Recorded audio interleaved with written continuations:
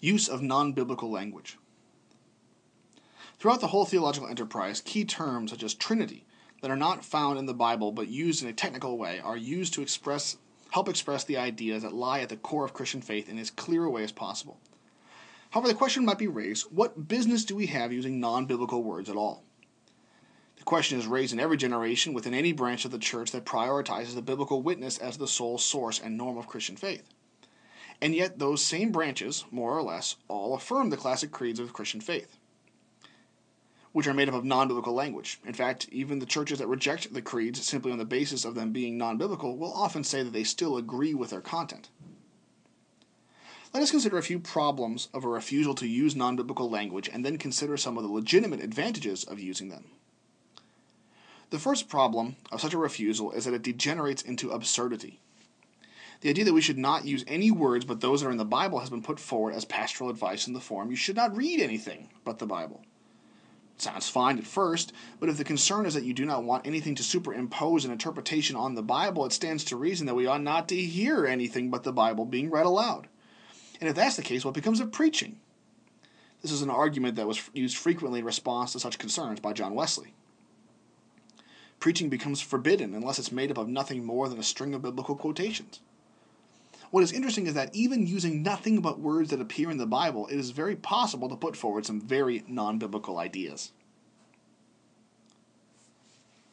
The next main reason why the absolute rejection of non-biblical language is problematic is that the Bible was not written in English, or most of the other languages that are spoken within the Christian world. If we should only use the words of the Bible, we should be only using Greek, Hebrew, and Aramaic. After all, every translation is an interpretation, either more or less, and we cannot escape that we are at the mercy and integrity of the Bible translators unless we are quite learned in the original languages, which the overwhelming majority of Christians are not. A third objection to this concern, to use only biblical words, comes from the Bible itself. On the one hand, we see that when the devil tempts Jesus in the wilderness, he does so by quoting Scripture, various passages from the Old Testament. This alone should be evidence that even memorizing and quoting Scripture is not a foolproof way to assure orthodoxy. On the other hand, we see Paul taking up the phrases of the non-Christian world and using them for distinctly Christian purposes. The real concern is not where the words come from, but what they mean and how they are being used. A more positive reason why we must not reject all non-biblical language is because the Bible is ambiguous on many topics. The area in which this has historically come to a climax is regarding the Christian doctrine of the Trinity. It is clear that the idea that God is a Trinity, one being three persons, is not found among the words of the Bible.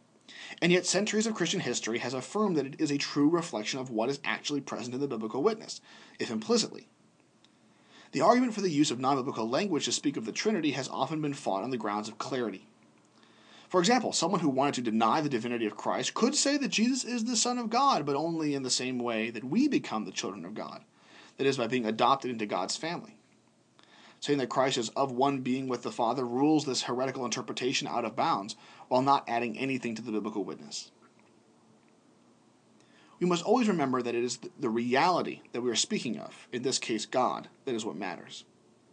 Our words need to be chosen in order to speak of it. The use of biblical words is permitted only if we allow God to challenge the meanings we think they have and are reinterpreted in light of who God actually is. The same is true for non-biblical words. They also must be reinterpreted if they are to be put to Christian use. The point is that it is the faithfulness of our words that is important, not the words themselves.